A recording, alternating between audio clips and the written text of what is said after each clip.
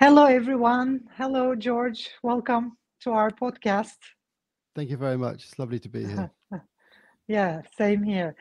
Would you first like to start by introducing yourself to our listeners and everybody who's on our YouTube channel right now? Absolutely. Well, good morning, everybody, from a rather grey Saturday morning here in Stroud. My name is George Bell. I am the co-founder of wellbeing analytics platform Chorus, and that's me. What would you like to know about me? Yeah, so what are you doing in course? What's your mission, especially around corporate well-being? And Mhm. Our mission really is to provide a deeper level of understanding around wellbeing impact, helping leaders to make informed decisions around their wellbeing strategies ultimately. Mhm. What do you think is the main problem, especially around the work environment, especially, people are fast pacing in the world, around the world. What do you think is the main problem when you look at it from a well-being perspective? Gosh, that's a big first question. I think there's a lot of things going on. I think if we think about kind of root causes, I think we're very early on really in understanding mental health and really understanding the drivers of well-being. I think well-being is a very complex issue. There are many different things which impact our well-being on a day-to-day basis, and I think the way that we're set up in our modern society, and particularly in our work structures, means that we have so many demands on us. We have so many demands on our time. Technology asks so much of our brains and our being so much of the time. Work structures are really challenging, and I think when it comes to well-being, there's still an awful lot we have to learn, and we have to really learn about what works for whom and in what particular scenarios. And I think that journey is certainly developing. I think in the years that we've been working in this space, we've seen huge strides forward in the narrative within the industry. And I suppose initially people were talking about, oh, should we be doing well-being? Is well-being a thing? Should we be doing it at all? Through to now really thinking about nuance and um, thinking about root causes, thinking about the drivers of well-being, and indeed the ways we should be measuring it. Sorry, I'm just letting my team know that they posted something wrong, totally wrong. I don't know what sorry. They'll cut this piece.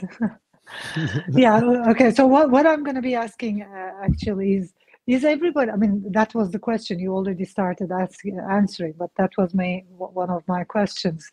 Do you think people are aware that they need tools, specific tools to support their well-being? Like you said, is this a thing? People are asking, should I be, working on my well-being?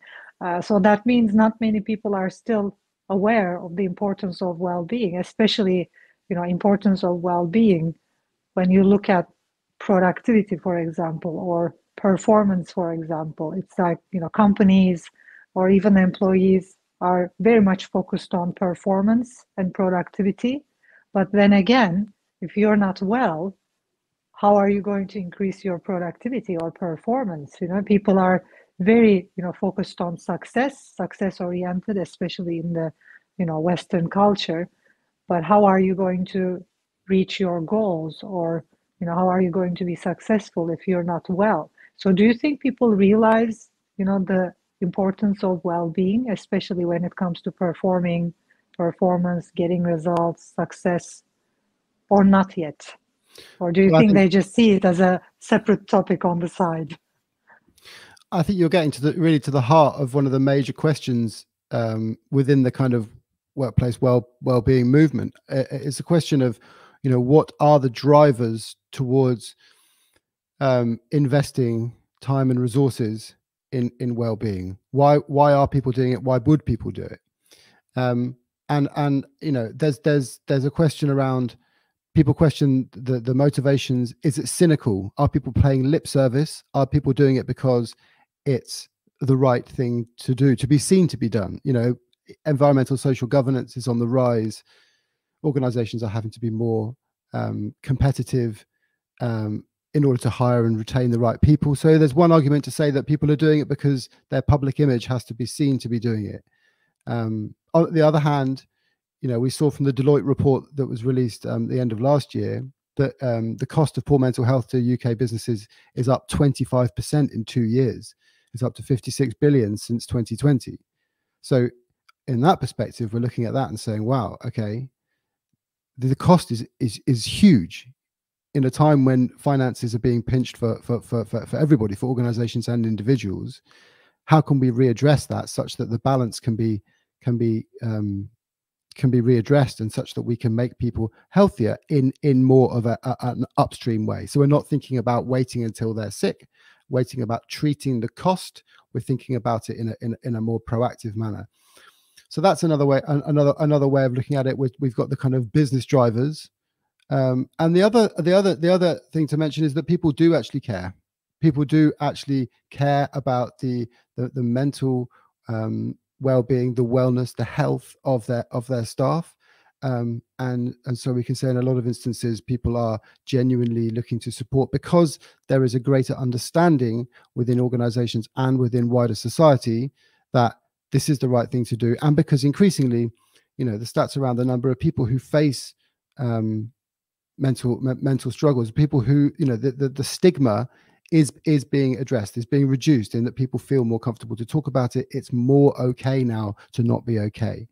And so in that sense, I think people are much more aware that this is much more of an everyday thing, and that we can have these conversations. So I think depending on where organizations are coming from, I think a lot of organizations are in very, very different places in terms of their maturity when it comes to thinking about well-being. And so their drivers and their motivations will differ according to where they kind of sit and what they're looking to get out of it, I suppose.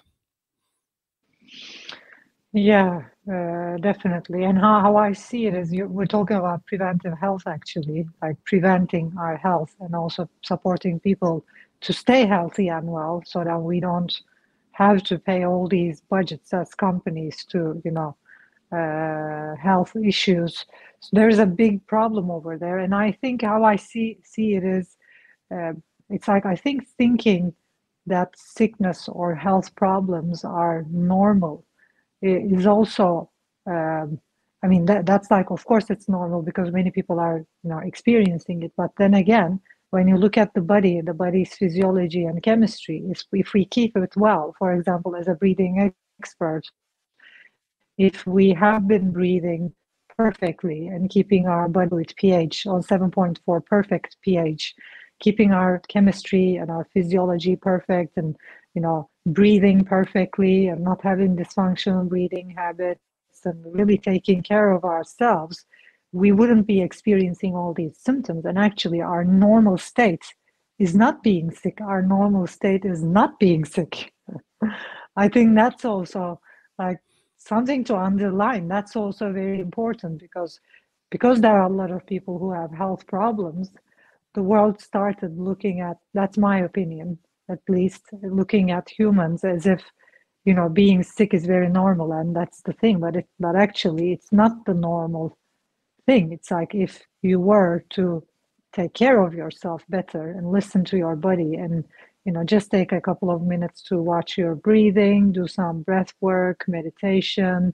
If you took care of yourself, you wouldn't be sick, and your body is a healing mechanism by itself. It can heal all the symptoms and all the sicknesses. We just need to take some time to take care of it. So there is this whole big problem, and companies paying billions to, health problems. And then on the other side, it just would take a couple of minutes every day to stay healthy and well, because our body is already supporting us. Like, our bodies want us to stay healthy. The body, the organs, the tissues, the cells, they all renew themselves and trying to stay healthy. We're kind of like not letting that normal thing happen. Well, wouldn't it be wonderful if we got to a place where work was net positive for our physical and mental health? You know, at the moment there is very much this narrative, and you know, people have a very entrenched view that actually work is negative for us and that it's very damaging. And I think, you know, I think the work you're describing, and a lot of the, I think a lot of the ways that we can change things is by kind of slightly reframing it and thinking about the positive ways that the work can impact us, and thinking about more healthier traits, healthier ways of addressing our work, healthier ways of designing work, so that people can really be their best selves. People can really, you know, come away from work feeling nourished and refreshed. I mean, I think it sounds, in some ways it sounds ridiculous, but I think moving away from work, from a place where work is damaging, is what we're really trying to work towards, because the impact on wider society will be huge. Yeah, would you give us some examples around that? Like, what do you see as, you know, a toxic work environment or workplace being damaging? And how can we improve that, of course? So one thing that we've recently, we were awarded some funding from Innovate UK, the government innovation arm, and to really kickstart that work, we've written a report around wellbeing analytics, to really talk to lots of influential people within the industry to understand how data and analytics currently play a role in the kind of wellbeing ecosystem, and to think about the opportunities and challenges in implementing greater data understanding. And so within this, this idea of root causes was one of the strong themes that came up, with that we're not thinking enough about the things which are really making us sick in the first place.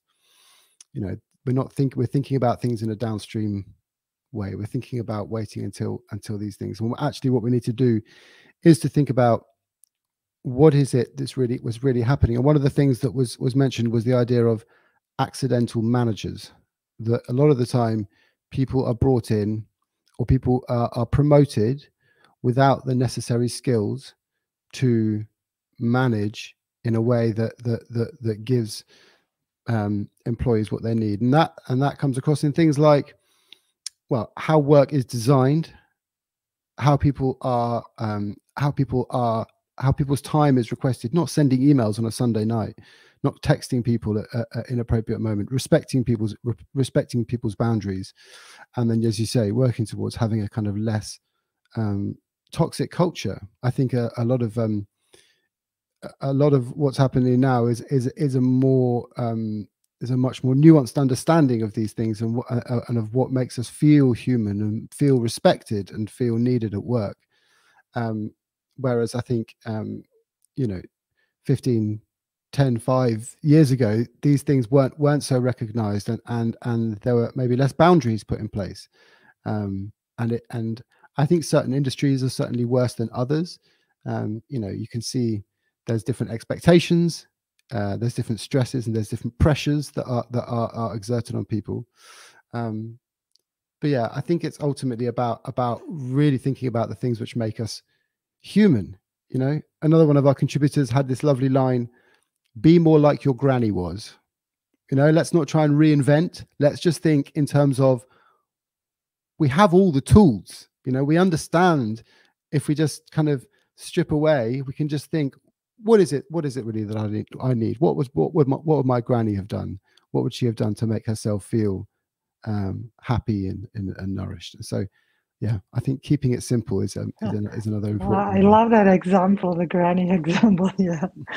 What were they doing? And I think you're saying something amazing. And like, probably we are, as the Breath Up community, in the most toxic environment because we're a startup. I think startups, because we work, you know, nonstop, weekends included, to get to a level of, you know, MRR and ARR, so that we can get the investment and this and that. I think the startup community, but that's the dynamic. So it's like the people who work in a startup environment are up to that. I think that's a different environment than, you know, the we usual. brought it on ourselves. We made that decision, and Yeah, it is really tough. And there's an element of, you know, practicing what you preach. Actually, there's an element of having to remember the things that we go about and talk about and write about, and the things we're striving for, and actually remembering to think about those within your own day to day. I run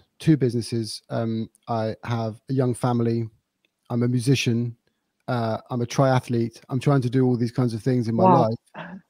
And I suppose in January, I have taken a much healthier approach to my life. I'm doing a lot more training. I've stopped eating meat, stopped drinking alcohol. And it's given me a real opportunity to reflect on the things which are important, and practicing the art of saying no has been a really important thing as well. Actually focusing on the things which I need to do, and not saying yes to everything all of the time, because as you say, the demands on being a founder are intense. You know, running a startup is exhilarating, and it offers huge opportunity for excitement and growth, but at the same time it can be incredibly challenging. So I think you know, that's another key aspect on an individual basis, is really starting to do some work on yourself, to really just find some time to think about, what do I need? What do I really need? What do I need on a day-to-day basis? Is it finding 5 minutes to write a journal? Is it finding, you know, 10 minutes in my day to go and do some meditating? Is it finding that half an hour to go and do some exercise?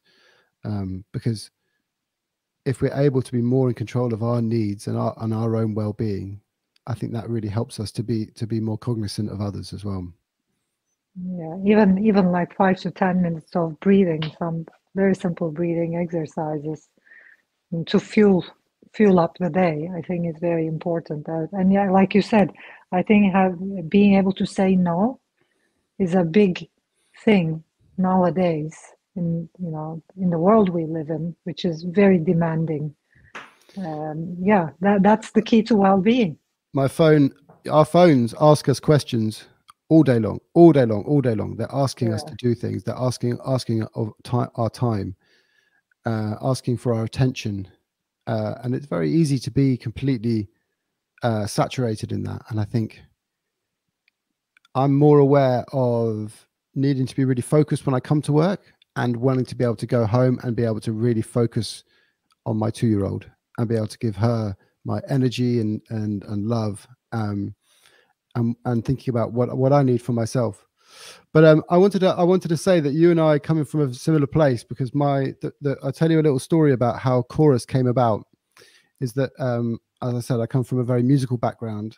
In 2016, with my co-founder, I was part of a choir in London, and the experience was so phenomenal in terms of the people I met, but also in terms of the physiological benefit that I felt. You know, I'd be sitting behind a desk all day. I would often not want to go, but I would kind of kick myself and, come on, you can do this. And being in a beautiful, it was in a church, singing really amazing. We'd sing contemporary things, we'd sing Icelandic hymns, we'd sing all sorts of things, and I'd feel amazing. So Greg and I started a company called On Song, with a mission to support global well-being, lofty ambition, to support global well-being through choirs and singing workshops. And we took a very evidence-based approach, which was really, a lot of it was geared around, you know, the understanding of where the well-being comes from when we sing. You know, the stimulating of the vagus nerve, in terms of the endorphin release, in terms of oxygenating our brains. It was really a real experience to learn on a deeper level how all these amazing benefits of deeper breathing, and what this really can do to us. And also on a cultural level, you know, we'd run choirs all over the country with FTSE 100 companies, with charities, with amazing organizations. And, you know, without fail, people are often skeptical to start with, but, you know, it doesn't take long before everybody is united as a group, that amazing cultural kind of connection piece. And you can just see how uplifted and energized they are. So Chorus really came about because we were seeing this work. This was kind of pre-pandemic. we saw that what we were doing was having a fantastic transformational effect on organizations. But the thing that was really lacking was that leaders weren't recognizing this. We'd find it hard to sign off on contracts. We'd find it hard for organizations to kind of almost to take it seriously. There'd be one person saying, oh, we think we should do this. And they go, oh, okay, we'll put some budget towards it. And actually, what we realized, there was no real way of measuring and reporting on the benefit of what we were doing. And so that was where we really set out to build the early prototypes of Chorus, to be able to understand what is the specific, can we quantify how regular singing in a choir or is impacting somebody's stress or their likelihood to burn out, or their likelihood to leave their organization, and can we then attribute a financial outcome to that? And if we could, then what does that mean then for the organization? Because the theory really is that, because at the moment people are making well-being decisions based on not a lot. People are making well-being decisions based on personal preference. They're making well-being decisions based on maybe recommendations. But any other area of business, if you invest in an advertising campaign, if you invest in sales training, if you invest in building a new factory, you know exactly what the costs are going to be, and you can absolutely quantify exactly what is going to be the financial outcome of making that investment. And well-being simply doesn't have that at the moment. And so we felt that if we can demonstrate ROI, if we can measure and give even an idea to start with of whether this was financially impacting the company or not, then leaders would take it more seriously. So we came up with this idea of well-being accounting, talking about impact and return in the language of the CFO, talking about it in a way which almost puts well-being on the balance sheet, because then maybe it will be taken more seriously, and it will be seen as a kind of whole organization approach, rather than a kind of, oh, it's just well-being. We're doing well-being, tick, Yeah. it's an over there thing. Yeah. So how do you measure ROI? Like, what do you measure basically? So we've built a machine learning algorithm, as I said, from Innovate UK funding. The algorithm essentially combines a huge amount of academic research, which has been carried out over the last 10 or 15 years. And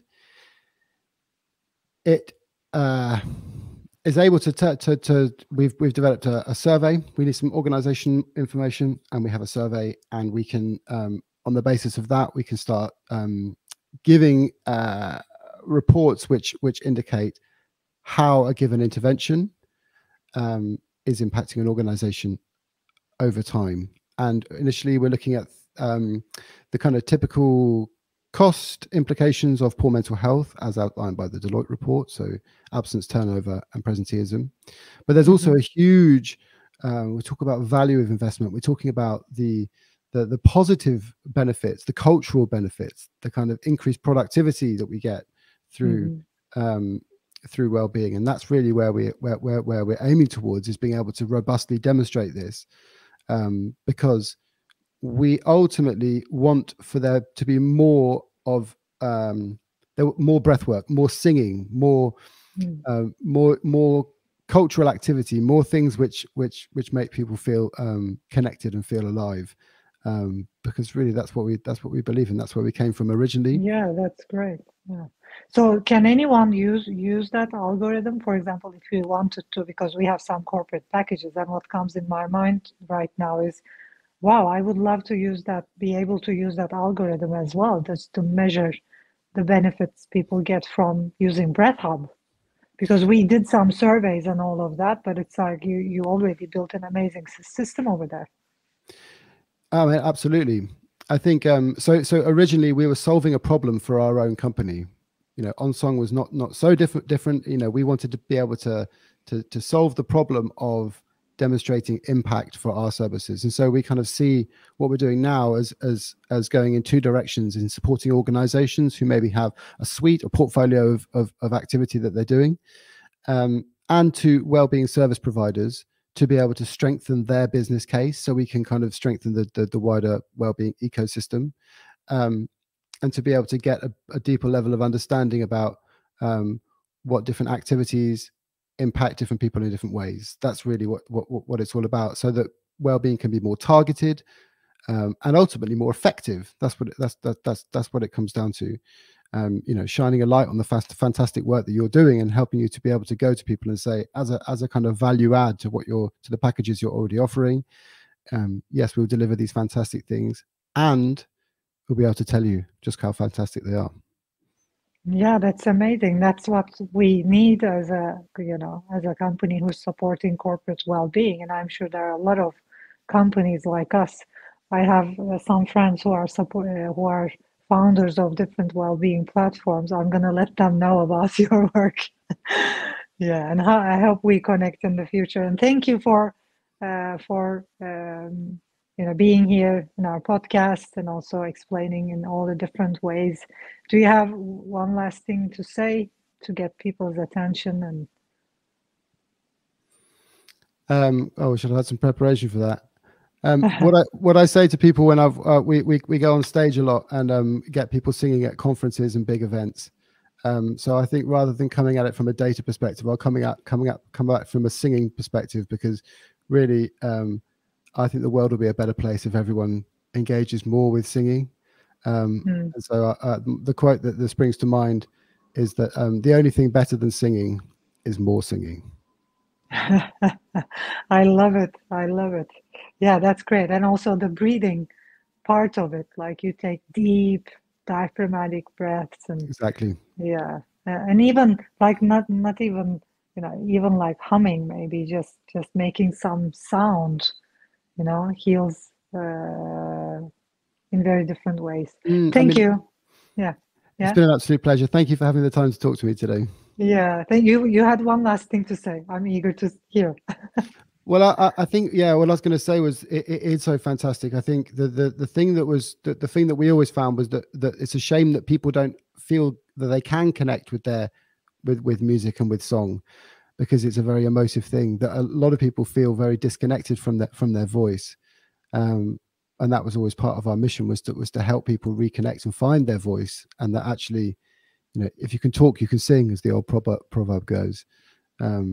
So I think that's a really important aspect, is helping people to feel empowered to be able to engage with music. Yeah, of course. And also, as an expert, we have some breathwork sessions around self-expression, and it's like sometimes the energy gets stuck over here, and we help people to open up, especially this area, the throat area, and singing helps you to like open up this area and relax that area, and helps you express yourself. And self-expression is huge for health and well-being, because it's like, if you can't express yourself, you feel shut down and depressed and all those. And whenever you start expressing yourself, which will eventually happen when you sing and make sounds and, with breathing, I can imagine how that helps people in their, everyday life and relations and in all levels in our lives. Thank you. You're doing amazing things, and I'm looking forward to meeting you to benefit more around the algorithm. Well, I look forward to it, Nevşah. It's been lovely talking to you. Yeah, you too. Thank you. Thanks for the time. Bye-bye. Thanks everyone for listening and watching. See you next week. Bye.